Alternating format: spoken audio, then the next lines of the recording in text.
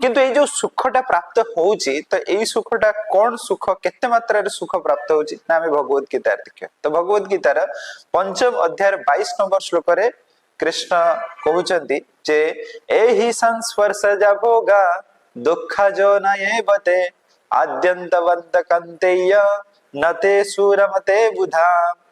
तड़ी भगवान कृष्ण कौन कहउचन ना एहि संस्पर्शजा भोगा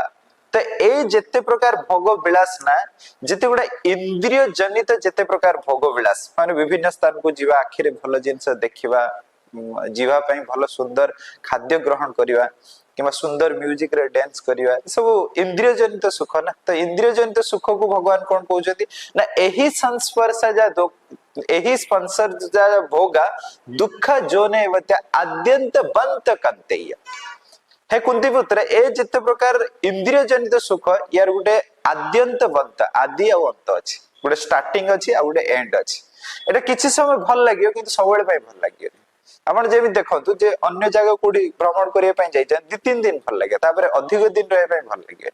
किबा रेस्टोरेंट रे खाइबा पय जाउचंती सेठी थरे दी थर ठीक लागे बहुत समय धरि आपण भल लागियो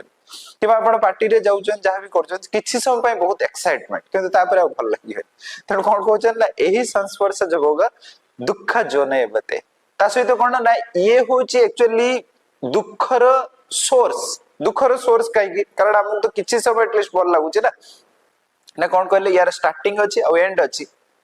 तो कहउचंती एइटा ही दुखर कारण एइटा दुखर कोन पय कारण ना एइटा दुखर कारण एथि पय कारण फर्स्ट जिंस देखंतु ए जो जत्ते गुडा भौतिक सुख पय साधारण देखंतु हमें कोन कहले जे सेलिब्रिटी जो माने से माने ए जिंस करंती कारण से मानको पाखरे ऑलरेडी सेतिक मात्रा रे धन संपत्ति अछि सेनु से माने ऑलरेडी सब प्लान करती किंतु आमे जतले से मानको अनुकरण करूचंती फर्स्ट जिंस ए सुख सुविधा नबा पय हमकु बहुत सारा अर्थ उपार्जन करिया पय पड़े तो से जो अर्थ उपार्जन करिया पय हमें वर्ष सारा बहुत परिश्रम ता पय करिया पड़छ जण सेति पय देखंतु जे आगो टाइम रो लोक हुए तो 4 रु 5 घंटा जदी काम करिकी ताकर परिवार प्रतिपोषण हे जाउथला